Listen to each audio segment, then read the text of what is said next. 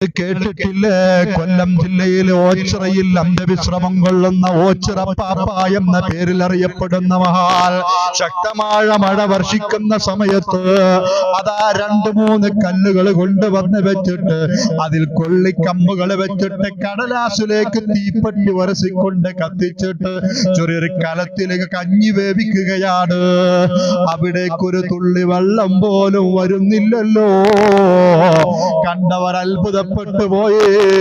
നിസ്കരിക്കാൻ പോകുന്നത് നാട്ടുകാര് കണ്ടിട്ടില്ല, മലമൂത്ര വിസർജനത്തിന് വേണ്ടി പോകുന്നത് നാട്ടുകാര് കണ്ടിട്ടില്ല.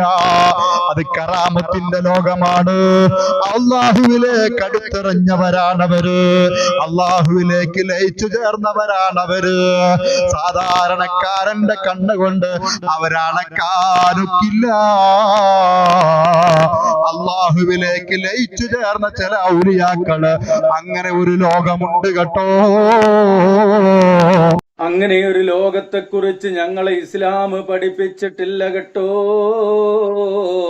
അങ്ങനെ ഒരു ലോകമുണ്ടെങ്കിൽ അത് അള്ളാഹുവും അള്ളാഹുവിന്റെ ഹബീബും ഞങ്ങളെ പഠിപ്പിക്കും. ഞങ്ങൾ അങ്ങനെ ഒന്ന് പഠിപ്പിച്ചിട്ടുണ്ടായിരുന്നുവെങ്കിൽ ഞങ്ങളാ ലോകത്തെക്കുറിച്ചറിയുമായിരുന്നു മുസ്ലിയാരേ. എന്നിട്ടെന്തുകൊണ്ടാ നമസ്കരിക്കാത്ത, കക്കൂസിൽ പോകാത്ത, മലമൂത്ര വിസർജനം ചെയ്യാത്ത ആളുകളെ കുറിച്ച് ഞങ്ങൾക്ക് ഞങ്ങളുടെ റബ്ബും ഞങ്ങളുടെ റബ്ബിന്റെ പ്രവാചകനായ മുത്തു മുഹമ്മദ് മുസ്തഫ സല്ലല്ലാഹു അലൈഹി വസല്ലമയും പഠിപ്പിച്ചു തരാതിരുന്നത്? ഇവിടെ മുസ്ലിയാർ കണ്ടുപിടിച്ച ചില കാര്യങ്ങള്. ഈ മുസ്ലിയാരെ പേര് സിദ്ദീഖ് സുഹരി എന്നാണ്. നിസാമി ബിരുദം കൂടിയുണ്ട്. അപ്പൊ നമുക്ക് സിദ്ദീഖ് സുഹരി, നിസാമി എന്നൊക്കെ നീട്ടി പറയാൻ ബുദ്ധിമുട്ടായതുകൊണ്ട് സിദ്ദീഖ് മുസ്ലിയാർ എന്ന് പറയാം. ഇദ്ദേഹം കറാമത്തുകൾ തള്ളുന്നതില് മിടുക്കനാണ്. മിടുക്കെന്ന് മാത്രമല്ല, മിടുമിടുക്കനാണ്. വേങ്ങര കോയപ്പാപ്പയുടെയും അതുപോലെ തന്നെ മണ്ണാർക്കാട് അമ്പങ്കുന്ന് ബീരാനൌലിയുടെ ഒക്കെ പേരില് അനേകം കറാമത്തുകൾ ഇയാൾ തള്ളിയിട്ടുണ്ട്. അതില് വേങ്ങര കോയപ്പാപ്പ ബിൽഡിങ്ങിന്റെ മുകളിൽ കയറി നിന്നിട്ട് തുണി മാടിയിട്ട് മൂത്രമൊഴിച്ച കറാമത്ത്, അത് മൂപ്പര് കണ്ടുപിടിച്ചതൊന്നല്ല, പറഞ്ഞു കേട്ട കറാമത്ത് മൂപ്പര് പറഞ്ഞതാണ്. അത് നല്ലോണം ഓടും ചെയ്തിട്ടുണ്ടായിരുന്നു. ഇന്നിവിടെ പറയുന്നത് ഓച്ചിറ ഉപ്പാപ്പാന്റെ കഥയാണ്. ഓച്ചിറ ഉപ്പാപ്പാൻ ആ നാട്ടുകാർ വിളിച്ചിരുന്നത് കുപ്പസ്വാമി എന്നാണ്. കുപ്പസ്വാമി എന്ന് പറഞ്ഞാല് കുപ്പുസ്വാമി അങ്ങനെയൊന്നും തെറ്റിദ്ധരിക്കണ്ട, അതൊരു പേരാണെന്ന് തെറ്റിദ്ധരിക്കണ്ട ആരും. കുപ്പയിലാണ് മൂപ്പര് പോയി ഇരിക്കാറുള്ളത്. ഒരു ഒറ്റ തോർത്തുമുണ്ട്, ഒറ്റ കൈലിമുണ്ടൊന്നല്ല, സാധാരണ മുണ്ടൊന്നുമല്ല, തോർത്തുമുണ്ട്. ആ തോർത്തുമുണ്ട് കൊടുത്തിട്ട് ഔറത്ത് മുഴുവനായിട്ട് മറക്കാതെ ഏതെങ്കിലും കുപ്പയിലും അതുപോലെ വേസ്റ്റ് ഒക്കെ കൂട്ടിയിട്ടോടത്ത് ഇയാൾ പോയിരിക്കും. ഇയാള് കുറെ കാലം ഓച്ചിറ എന്ന പ്രദേശത്തുണ്ടായിരുന്നു. കൊല്ലത്താണ് ഇതുള്ളത്. അവിടെ ഇപ്പോ ഇയാളുടെ ജാറൊക്കെ ഉണ്ട്, പൊളിഞ്ഞ ജാറം. ഈ ബോക്സ് ഓഫീസിൽ പൊട്ടിപ്പൊളിഞ്ഞു പോകുന്ന എന്ന് പറയുന്ന പോലത്തെ ഒരു ജാറാണ്. ആ കഥയൊക്കെ നമ്മൾ പലതവണ പറഞ്ഞിട്ടുണ്ട്. എന്തായാലും ഇൻഷാ അല്ലാ അതിന്റെ കൂടുതൽ ഡീറ്റെയിലേക്ക് പോകുന്നില്ല, ചെറുതായിട്ട് പറയാം.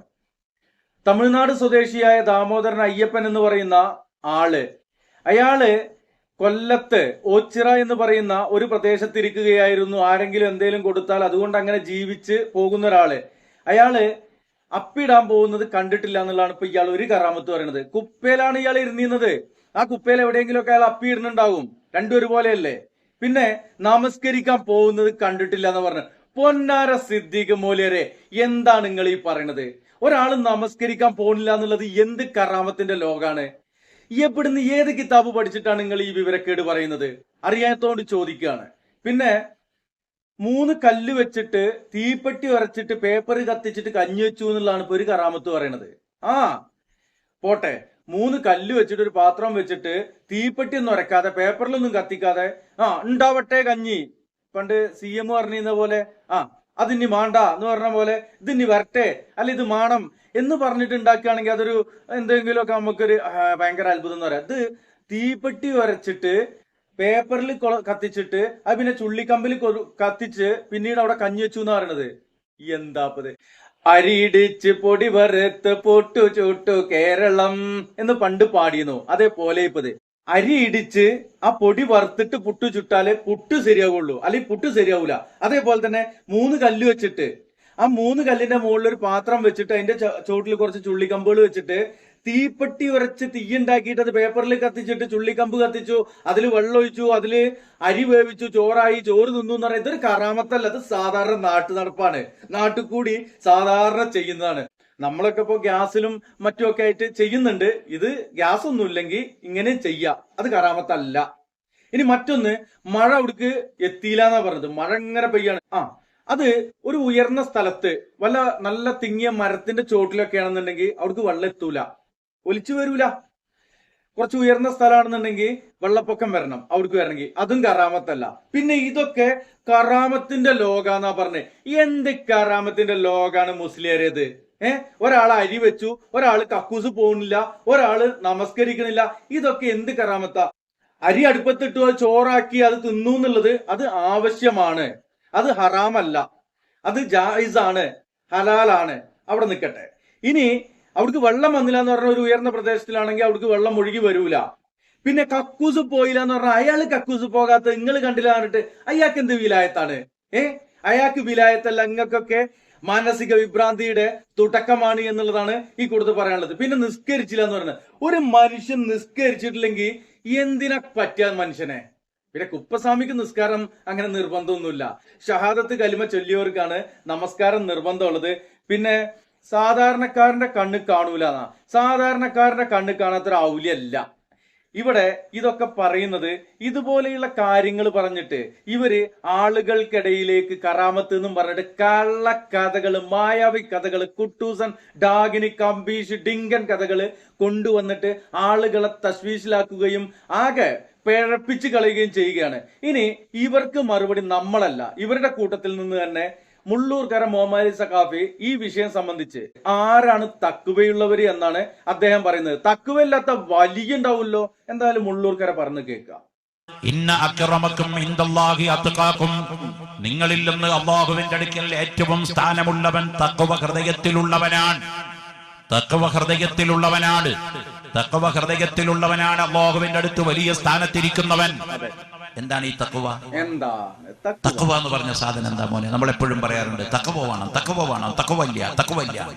എന്തായി തഖ്വ? പലർക്കും അതിന്റെ അർത്ഥം അറിഞ്ഞുകൂടാ. തഖ്വ എന്ന് പറഞ്ഞാൽ സൂക്ഷിക്കുക എന്നല്ല അർത്ഥം, ഭയം എന്നല്ല അർത്ഥം, ഭക്തി എന്നല്ല അർത്ഥം, പേടി എന്നല്ല അർത്ഥം. തഖ്വ എന്ന് പറഞ്ഞതിന് പച്ച മലയാളത്തിൽ അതിന്റെ അർത്ഥം അല്ലാഹു തആല കൽപ്പിച്ചത് ജീവിതത്തിൽ മുഴുവൻ കൊണ്ടുവരികയും അല്ലാഹു തആല നിരോധിച്ചത് ജീവിതത്തിൽ മുഴുവൻ വർജിക്കുകയും ചെയ്യുന്ന ഏത് വ്യക്തിയുണ്ടോ അവനാണ് തഖ്വയുള്ളവൻ. അല്ലാഹു കൽപ്പിച്ച കാര്യം കട്ടുകമണിക്ക് വ്യത്യാസം കൂടാതെ ജീവിതത്തിൽ കൊണ്ടുവരും. അല്ലാഹു വിരോധിച്ച കാര്യം കട്ടുകമണിക്ക് വ്യത്യാസമില്ലാതെ വർജിക്കും. അങ്ങനെ ആരെ നിങ്ങൾ കണ്ടോ അവനാണ് മുത്തഖി, അവനാണ് തഖ്വയുള്ളവൻ. അങ്ങനെ തഖ്വയുള്ളവനാണ് അല്ലാഹുവിന്റെ ഔലിയാക്കളിൽ പെട്ടവൻ. മുത്തഖീങ്ങളല്ലാതെ ഔലിയാക്കളില്ല എന്ന് പരിശുദ്ധ ഖുർആനിൽ അല്ലാഹു ശരിവെക്കുന്നുണ്ട്. സിദ്ദീഖ് മുസ്ലിയാരെ, നിങ്ങൾ കേട്ടോളി. മുള്ളൂർക്കര മുഹമ്മദ് അലി സഖാഫി പറഞ്ഞിട്ടുണ്ട് എന്താണ് തഖ്വ അല്ലേ? എന്താണ് തഖ്വ എന്നുള്ളത് മുള്ളൂർക്കര പറഞ്ഞിട്ടുണ്ട്. പക്ഷെ മുള്ളൂർക്കര അതിനിടക്ക് കുറച്ച് കാര്യങ്ങൾ നിഷേധിച്ച് തള്ളിയിട്ടുണ്ട്. അത് നമുക്ക് വിശദീകരിക്കാം. അതിനോടൊപ്പം ഇത് കാണുന്ന ഓരോ സഹോദരന്മാരടുത്തും പറയാനുള്ളത്, എന്താണ് തഖ്വ എന്ന് മനസ്സിലായിട്ടില്ലെങ്കിൽ, എന്താണ് തഖ്വ എന്ന് നിങ്ങൾ പഠിച്ചിട്ടില്ലെങ്കിൽ, നിങ്ങളെ പഠിപ്പിക്കപ്പെട്ടിട്ടില്ലെങ്കിൽ, നിങ്ങൾ നവോത്ഥാന പ്രസ്ഥാനങ്ങളുടെ ഖുതുബകള് ഒരു തവണയെങ്കിലും നിങ്ങൾ കേൾക്കാൻ ശ്രമിക്കുക. അവിടെ തഖ്വ കൊണ്ട് വസിയത്ത് ചെയ്യുന്നത് വ്യക്തമായിട്ട് നിങ്ങൾക്ക് മനസ്സിലാക്കാൻ കഴിയും. അവിടെ കുറഞ്ഞ വാക്കുകളില് അവര് തഖ്വ കൊണ്ട് വസിയത്ത് ചെയ്യാറുണ്ട്. നിങ്ങളുടെ ജീവിതത്തിന്റെ സമസ്ത മേഖലകളിലും അല്ലാഹുവിനെ സൂക്ഷിച്ച് ജീവിക്കണേ എന്ന് വസിയത്ത് ചെയ്യാറുണ്ട്. ഇത് തഖ്വ കൊണ്ട് വസിയത്താണ്. ഇത് ചെയ്യാതെ നമ്മുടെ ഒന്നും കുത്തുബയില്ലേ, അത് പൂർത്തീകരിക്കപ്പെടുകയില്ല.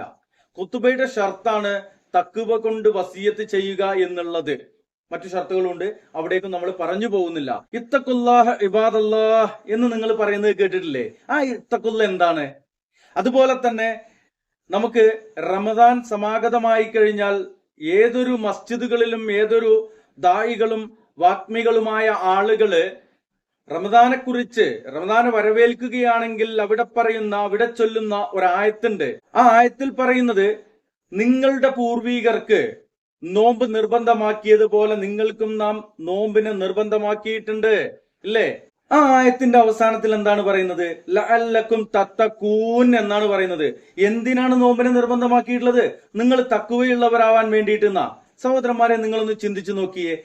പരിശുദ്ധ റമദാൻ വന്നു കഴിഞ്ഞാൽ ഒരു അല്പമെങ്കിലും ഈമാൻ അവന്റെ ഉള്ളിൽ അവശേഷിക്കുന്നുവെങ്കിൽ അവൻ ഒരു തഖ്വയുള്ളവനായിക്കൊണ്ട്, അല്ലേ, തഖ്വയുള്ളവനായിക്കൊണ്ട് ഈ ആളുകളെ തഖ്വയുള്ളവരായിക്കൊണ്ട് കൂടുതലായിട്ട് നമ്മൾ കാണുക റമദാനിലാണ്. റമദാനില് ഭയങ്കര ഭയഭക്തി വിശ്വാസത്തോടെ ആയിരിക്കും അവര് ജീവിക്കുക.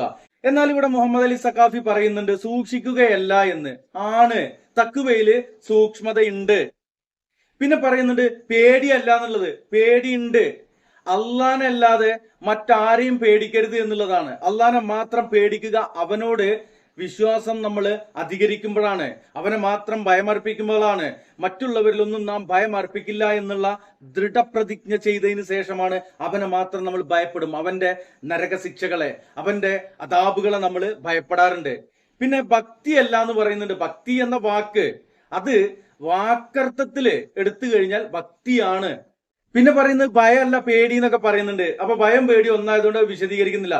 ഇതെല്ലാം കൂടെ ചേർന്ന ഒരു വിശ്വാസത്തിന്റെ പൂർണ്ണ രൂപമാണ് തഖ്വ. ആ തഖ്വയുള്ളവനെ വലിയാവുള്ളൂ, അവരാണ് മുത്തഖീങ്ങള് എന്ന് മുള്ളൂർക്കര സഖാഫി പറയുന്നുണ്ട്. നിസ്കരിക്കാത്ത ആള് എന്ത് തഖ്വയുള്ളവരാണ്? സിദ്ദീഖ് ഉസ്താദെ, സിദ്ദീഖ് മുസ്ലിയാരെ, സിദ്ദീഖ് സൂര്യ, നിങ്ങള് എവിടുന്ന് എന്ത് കിതാബ് ഓതിയിട്ടാണ് ഈ കള്ളക്കറാമത്ത് പാടില് പഠിച്ചത്?